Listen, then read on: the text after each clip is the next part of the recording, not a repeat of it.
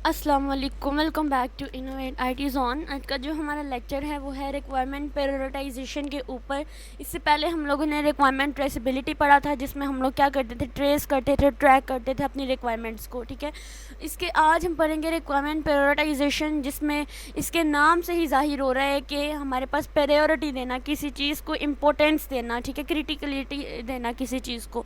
जैसे अगर हम बात करते हैं अपने स्कूल की एग्ज़ाम्पल ले लें या कॉलेज की एग्ज़ाम्पल ले लें, तो हमारे पास हमारे प्रिंसिपल आते हैं, हमारे टीचर्स आते हैं, हम स्टूडेंट्स हैं।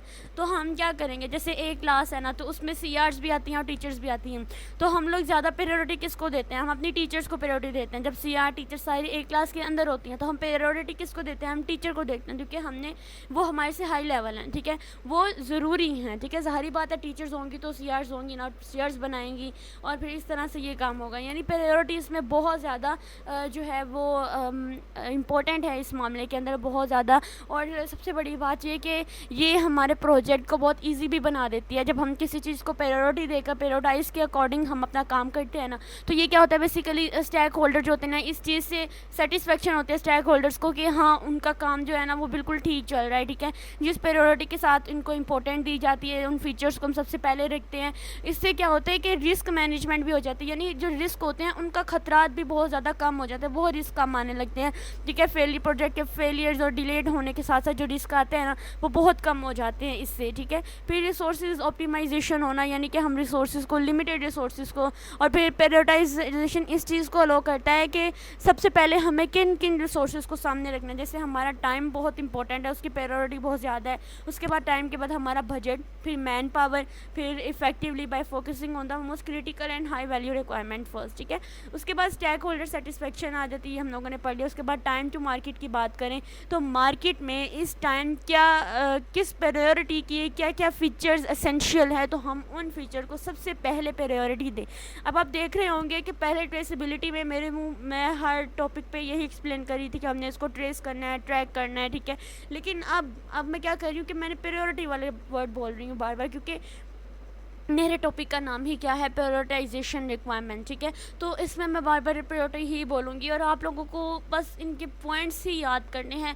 अंदर का डाटा आप एक बार सुन लेंगे ना, जैसे मैं उर्दू में बोल रही हूँ तो आप उसको इंग्लिश में सेल्फ राइटिंग में भी कर सकते हैं। ठीक है, अलाइनमेंट विद द बिजनेस गोल, हमारे बिजनेस गोल्स के लिए हमें मैक्सिमम वैल्यू, यानी हमारी ऑर्गेनाइजेशन के लिए और स्टेक होल्डर्स के लिए मैक्सिमम वैल्यू के प्रोजेक्ट जो होते हैं, जिन प्रोजेक्ट्स को हमने ज़्यादा वैल्यू दी होती है, वो वाले जो होते हैं हम अपने बिजनेस गोल के साथ उन्हीं प्रायोरिटी के रिक्वायरमेंट्स को अलाइन कर देते हैं, अलाइनमेंट कर देते हैं। ठीक है, उसके बाद इसकी करेक्टरिस्टिक्स आ रही, जिसमें ऑब्जेक्टिव बेस है, जैसे business value, customer impact, technical feasibility और रेगुलेटरी रिक्वायरमेंट्स वगैरह। उसके बाद कोलैबोरेटिव है कि हम ऐसी प्रायोरिटी के, जैसे हम प्रायोरिटी दे देकर हम लोग काम करते हैं ना, तो हमारे कस्टमर जो होते हैं वो हमारे प्रोजेक्ट के साथ, हमारे प्रोजेक्ट ओनर के साथ, हमारी डेवलपमेंट टीम के साथ ज़्यादा अलाइनमेंट रहते हैं, यानी ज़्यादा उस चीज़ के साथ कोलैबोरेट रहते हैं, ज़्यादा से ज़्यादा उस चीज़ को यूज़ करते हैं।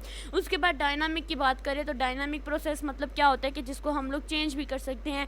हम ऐसे ऐसे प्रोजेक्ट, ऐसे ऐसे रिक्वायरमेंट प्रोजेक्ट के लिए अंदर ऐड करते हैं, जिसको हम रेगुलर बेसिस पर हम उसका रिव्यू भी ले सकते हैं और अपडेट भी कर सकते हैं अगर हमें ज़रूरत पड़ी। ठीक है, उसके बाद ट्रांसपेरेंट आ जाता है। ट्रांसपेरेंट का मतलब क्या होता है कि हम लोग जो होते हैं ना, उसको एक अच्छी तरह से डॉक्यूमेंट कर देते हैं। जैसे अगर हम बात करें अपने पंजाब यूनिवर्सिटी के रिज़ल्ट की, तो वो हर बार जो है वो अपडेट होकर आता है। यानी जैसे मेरा रिज़ल्ट है वो फोर्थ सेमेस्टर में कुछ और आएगा, तो क्या होगा कि वो मुझे जब मुझे उसको एक फॉर्म की सूरत में चाहिए, एक डॉक्यूमेंट की सूरत में चाहिए, तो मुझे वो डॉक्यूमेंटेशन किया हुआ जो मेरा रिज़ल्ट मिलता है उसको हम ट्रांसपेरेंट बोलते हैं। ठीक है, जो हमें वो चीज़ मिलती है डॉक्यूमेंटेड की फॉर्म में, हम उसको ट्रांसपेरेंट कहते हैं। उसके बाद आइटरेटिव की बात करेंगे तो prioritisation is an iterative process that may require multiple records of evaluation and refinement to ensure that the most valuable requirement are address. ठीक है, उसके बाद इसकी टाइप्स आ जाती हैं।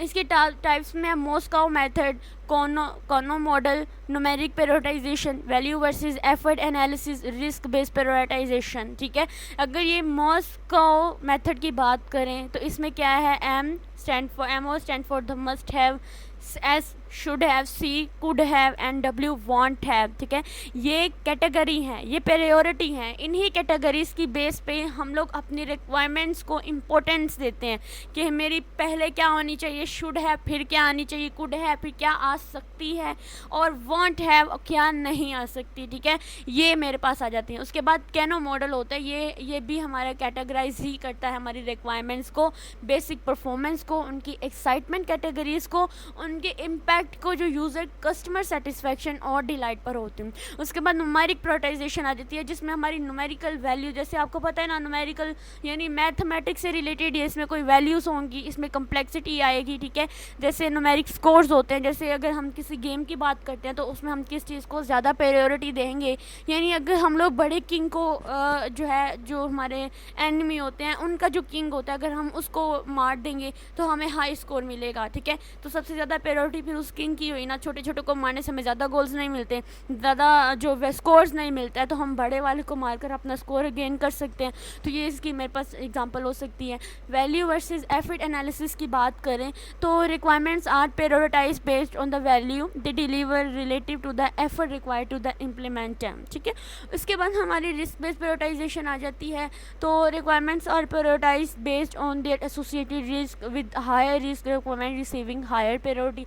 जिस प्रायोरिटी के, जिस रिक्वायरमेंट जिसके अंदर रिस्क ज़्यादा होते हैं तो उसको हम प्रायोरिटी भी ज़्यादा देते हैं, ताकि हम लोग उसको टाइमली ही उसको हम लोग जो है ना उसको ठीक कर सकें। ठीक है, तो ये था मेरे पास रिक्वायरमेंट प्रायोरिटाइजेशन वाला lecture. Hope so you will be understand very well. इससे रिलेटेड कोई भी क्वेश्चन हो देन कमेंट में, और अगर आप लोग मुझे कमेंट में नहीं पूछ सकते थे देन ईमेल में। तो मेरे यूट्यूब के जो डिस्क्रिप्शन बॉक्स है उसके अंदर मेरी ईमेल जो है वो गिवन है। ठीक है, तो आप मुझे वहाँ पर ईमेल करके भी क्वेश्चन पूछ सकते हैं। अगर मेरी वीडियो अच्छी लगी हो तो वीडियो को लाइक करें, और अगर आपके एग्ज़ाम में ये ज़रा भी हेल्पफुल रही होगी तो आप लोग इसको ज़रूर लाइक करें। Thank you so much.